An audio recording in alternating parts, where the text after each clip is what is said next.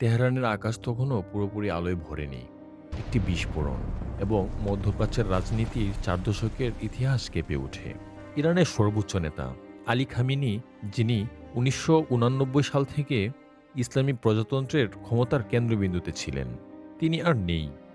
প্রাথমিক প্রতিবেদনে বলা হয়, লক্ষ্যভিত্তিক হামলাটি ছিল তার ব্যক্তিগত বাসভবনে।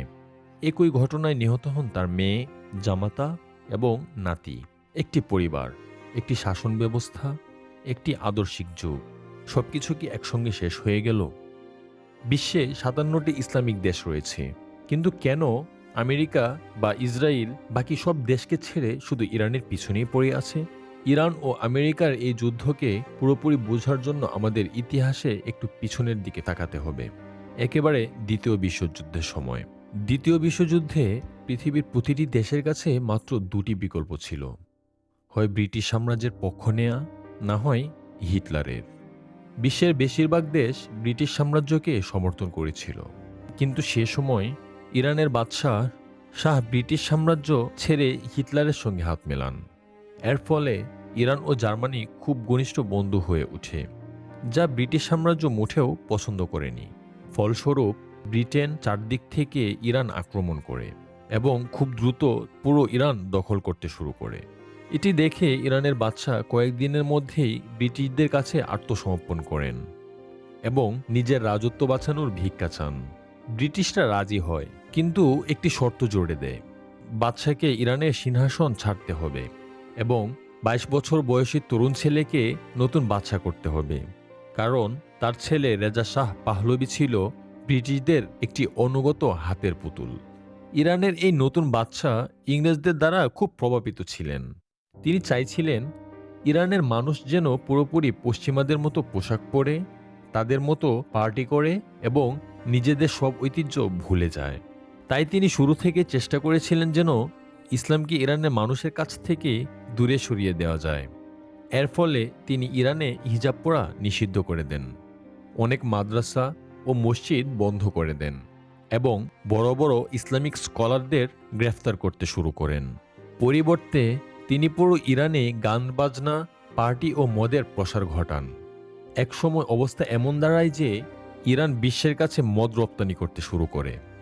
ইরানের বাদশার ধারণা ছিল তিনি খুব ভালো কাজ করছেন।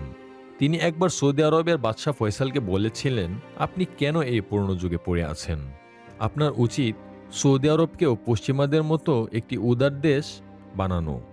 কিন্তু কিং ফয়সাল তা অস্বীকার করেন। মজার ব্যাপার হলো, আজ সেই সৌদি আরব ইরানকে উদার হতে বলে, কিন্তু ইরান এখন আর তাদের কথা মানে না। বাদশাহ ইরানকে ইসলাম থেকে এতটাই দূরে সরিয়ে দেওয়ার চেষ্টা করেছিলেন যে বড় বড় ইসলামিক স্কলাররা তার বিরুদ্ধে চলে যান। মসজিদের মিম্বার থেকে বাদশার বিরুদ্ধে বক্তব্য শুরু হয়, যার প্রধান ছিলেন আয়াতুল্লাহ খমেনি। খমেনি ও তার অনুসারীরা সাধারণ মানুষকে বিদ্রোহের জন্য উস্কাতে শুরু করেন। এক পর্যায়ে খমেনির শক্তি এতটাই বেড়ে যায় যে বাদশাহ তাকে গ্রেফতার করে দেশ থেকে তাড়িয়ে দেন। খমেনি ইরাকে নির্বাসিত হন, যেখানে একজন তরুণ নেতা তার প্রতিটি পদক্ষেপ খুব নিবিড়ভাবে লক্ষ্য করছিলেন। তিনি ছিলেন সাদ্দাম হুসেন। সাদ্দাম হুসেনও খোমেনির ক্রমবর্ধমান শক্তি দেখে ভয় পেতে শুরু করেন। তিনি ইরানের বাদশাকে প্রস্তাব দিয়েছিলেন যে তিনি চাইলে খোমেনিকে মেরে ফেলতে পারেন, কিন্তু বাদশাহ বলেছিলেন, এই বৃদ্ধ খোমেনি আমার কিছুই করতে পারবে না। খোমেনি ইরাকে বসে নিজের বক্তব্যগুলো ক্যাসেটে রেকর্ড করতেন এবং যা গোপনে ইরানে পাচার করা হতো। মানুষ তার কথায় এতটাই প্রভাবিত হয় যে তারা আস্তে আস্তে খোমেনিকে নিজেদের নেতা মানতে শুরু করে। তবে বাদশাকে হটানো সহজ ছিল না, কারণ তার ছিল শক্তিশালী সেনাবাহিনী এবং সুপার পাওয়ার আমেরিকার মতো পূর্ণ সমর্থন। কিন্তু যখন বাদশার ক্ষমতা চোরাই ছিল, তখন তিনি জীবনের সবচেয়ে বড় ভুলটি করে বসেন। ভুলটি হল পার্সেপোলিস পার্টি। এটি ছিল বিশ্বের সবচেয়ে বড় এবং ব্যয়বহুল পার্টি। ইরানের মরুভূমির মাঝখানে একটি নতুন শহর তৈরি করা হয়।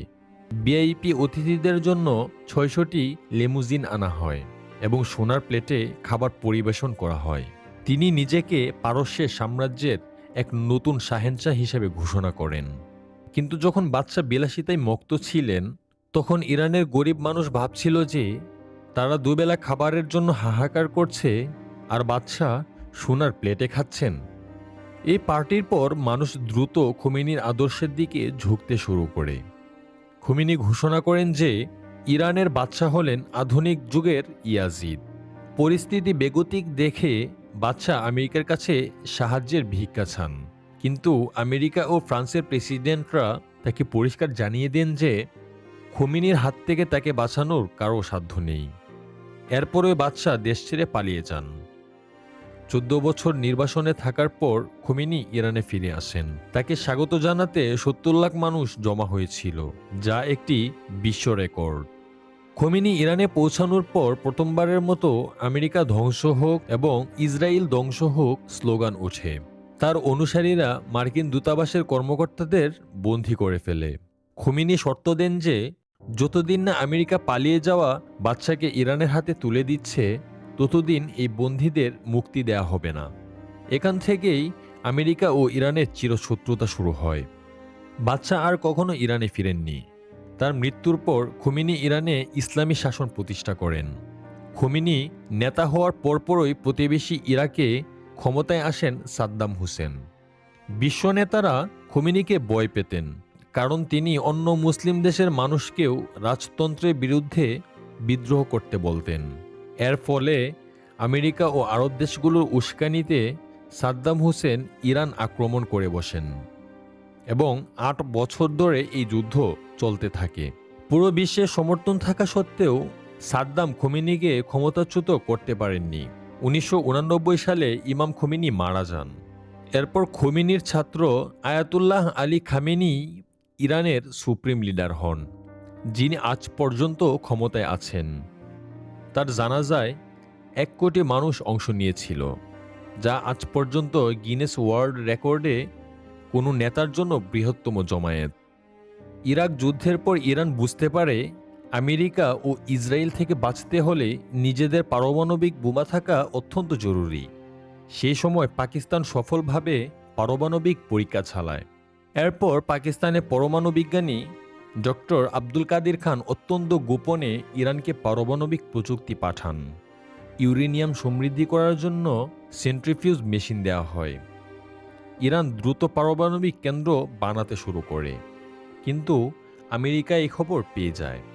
জর্জ ডব্লিউ বুশ অভিযোগ করেন যে ইরান ও ইরাক শয়তানের অক্ষশক্তি। আমেরিকা সাদ্দাম হোসেনকে সরিয়ে দেয়। এরপর আমেরিকার পরবর্তী লক্ষ্য ছিল একমাত্র ইরান। পরিস্থিতি বুঝে আয়াতুল্লাহ খামেনি একটি ফতোয়া দেন যে ইসলামে পারমাণবিক বোমা বানানো হারাম, কারণ ইসলাম যুদ্ধে নারী, শিশু বা গাছপালা ধ্বংস করতে নিষেধ করা হয়েছে। তিনি ঘোষণা করেন ইরানের বোমা বানানোর কোনো ইচ্ছা নেই এবং পরিদর্শকদের জন্য দরজা খুলে দেন। ইউএন টিম যখন ইরানে যায় তখন দেখে যে ইরানের পারমাণবিক কেন্দ্রগুলো পাকিস্তানের নকশায় তৈরি। পাকিস্তানের ওপর চাপ সৃষ্টি হলে আব্দুল কাদির খান টিভির সামনে এসে ক্ষমা চান এবং পাকিস্তানের সরকার তাকে গৃহবন্দী করে। খামেনির এই ফতোয়ার পর আমেরিকার কাছে আক্রমণের আর কোনো উসিলা থাকে না। কিন্তু ইসরায়েল বারবার আমেরিকাকে ইরানের উপর হামলার জন্য প্ররোচনা দিতে থাকে। এরই মধ্যে খামেনিরই নিজের বোনের ছেলে অর্থাৎ ভাগ্নে ফ্রান্স থেকে দাবি করেন যে খামেনিরই এই ফতোয়াটি একটি মিথ্যা এবং বানোয়াট। তিনি মূলত তাকিয়া অর্থাৎ বাঁচার জন্য যা করেছিলেন। এর ফলে আমেরিকার সন্দেহ আরও বেড়ে যায় এবং 2009 সালে ওবামা সরকার ইরানের উপর কঠোর অর্থনৈতিক নিষেধাজ্ঞা আরোপ করে। ইরানের অর্থনীতি ধসে পড়ে।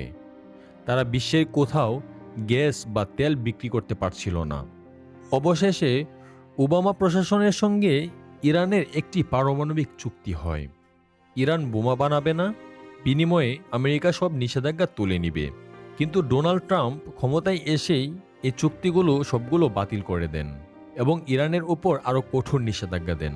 ট্রাম্প ইরানের সেনাবাহিনী প্রধান কাসেম সুলাইমানিকে ড্রোন হত্যায় নিহত করেন, যা ইরানের জন্য ছিল এক চরম অপমানজনক অধ্যায়। সুলাইমানির মৃত্যুর পর ইরানে কঠোরপন্থী প্রেসিডেন্ট ইব্রাহিম রাইসি ক্ষমতায় আসেন। তিনি ইসরায়েলের বিরুদ্ধে লড়াই করা গ্রুপগুলোকে অর্থ ও অস্ত্র দিতে শুরু করেন। তবে একটি হেলিকপ্টার দুর্ঘটনায় তার মৃত্যু হয়। 1 বছর আগে ইরানে পুনরায় নির্বাচন হয়। মানুষ এবার একজন নরমপন্থী নেতা মাসুক পেজেশিয়ানকে বেছে নেয়। তিনি ক্ষমতায় এসেই ঘোষণা করেন যে খামেনির ওই ফতোয়া অনুযায়ী ইরান আর বোমা বানাবে না এবং তারা আমেরিকার সঙ্গে পুনরায় আলোচনায় বসতে রাজি আছে। কিন্তু অন্যদিকে ইসরায়েল চায় না আমেরিকা ও ইরানের মধ্যে কোনো মধ্যস্থতা হোক।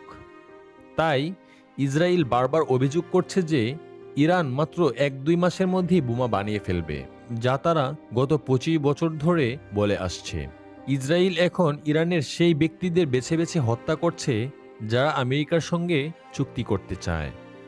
ইসরায়েল মূলত এটাই চাইছে যে ইরান যেন রাগের মাথায় কোনো ভুল পদক্ষেপ নেয়, যাতে আমেরিকা সরাসরি ইরানে আক্রমণ করে এবং খোমেনির গড়া এই ইসলামী শাসন ব্যবস্থা ভেঙে পড়ে।